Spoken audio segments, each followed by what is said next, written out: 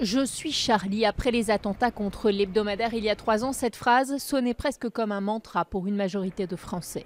Moi, je me sens toujours Charlie parce que j'avais été au rassemblement et tout après les attentats. Bon, aujourd'hui, on est encore dans une période un peu chaotique, donc forcément, ils sont toujours Charlie, quoi.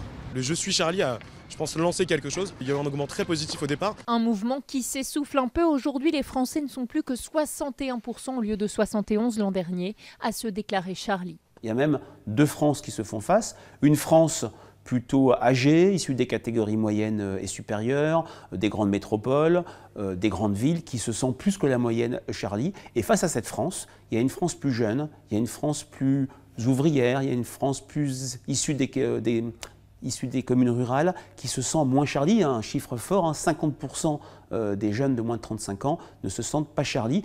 Deux raisons pour lesquelles ils ne se sentent pas ou plus Charlie. D'abord, ces Français ne sont pas ou plus marqués par l'attentat de janvier 2015. Ensuite, ils considèrent que le journal satirique va trop loin à travers ses caricatures. Mais l'ancien directeur de Charlie Hebdo met en garde.